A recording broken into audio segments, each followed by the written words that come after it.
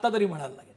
पण ह्या एकूण जे काही सध्या घडलेल्या घडामोडी आहेत त्यातून असं दिसतंय की आता अंबरनाथ आणि अकोटचा विषय झालाच, तर या आघाड्यांच्या बातम्या आल्या आणि मग भाजप आणि काँग्रेसच्या नेतृत्वानं त्वरित हालचाली पण केल्या.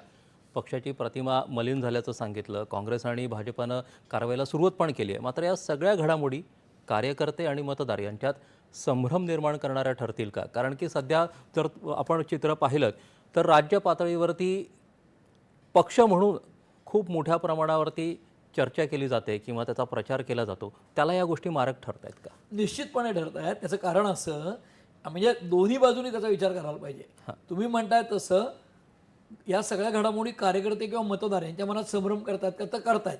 ज्या क्षणी अजित पवारांना सरकारमध्ये घेतलं त्यावेळेला काय परिस्थिती होती? एकनाथ शिंदे मुख्यमंत्री होते, त्याच्यानंतर देवेंद्र फडणवीस उपमुख्यमंत्री होते, अजित पवार पण आले सरकारमध्ये.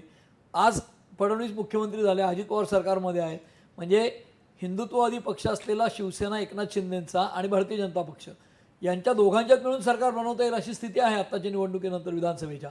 तरी देखील अजित पवारांना का घ्यावं लागतं? याच्यामुळेच भाजपचा कोर वोटर नाराज आहे का? तर आहे. जे हिंदुत्वाच्या कट्टर लाईनवर असणारे भाजपचे समर्थक आहेत ते नाराज आहेतच की अजित पवारांची गरज काय. दुसरीकडे अमित शहा कुबड्या काढून टाकायच्या म्हणतात.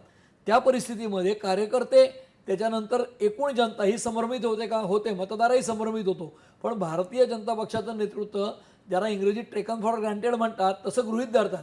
अजित पवारसुद्धा त्यांची कारणं काही असतील भाजपबरोबर जाण्याची, पण त्यांच्या मतदारांमध्ये संभ्रम होतो ना भाजपबरोबर गेल्यामुळे.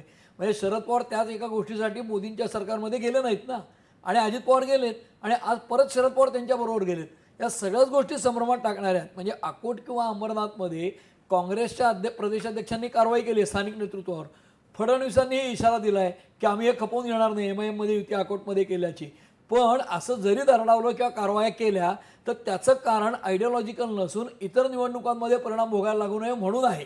कारण त्यांचा मतदार ऑलरेडी संभ्रमित आहे, तो आणखीन संभ्रमित होऊ नये यासाठी त्यांचा आटापिटा चालला आहे. त्यामुळे ती आयडिओलॉजीची कारवाई आहे का याविषयी माझ्या मनात शंका आहे. एकीकडे विचारधारेचा प्रश्न असेल, दुसरीकडे